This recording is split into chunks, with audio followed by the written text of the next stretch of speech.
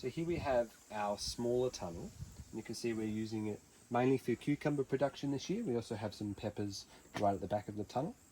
The interesting thing with this tunnel is we're using a similar string trellis system, but with these, each cucumber plant actually has 3 strings instead of the tomatoes who only had 1. So the cucumber will actually climb up to the top, and then we'll select 2 leaders to come back down, and they'll climb down the sides here. And the same thing with the tomatoes. We end up getting really productive cucumber plants. You can see we actually only have 4 plants spaced out in the bed on either side. So it's quite a big spacing for a small tunnel, but because cucumbers can become such big plants, it's worth giving them the extra space. Something else that's probably worth mentioning while we're in here is our use of interplanting. So you can see we actually have a red iceberg lettuce planted in the middle.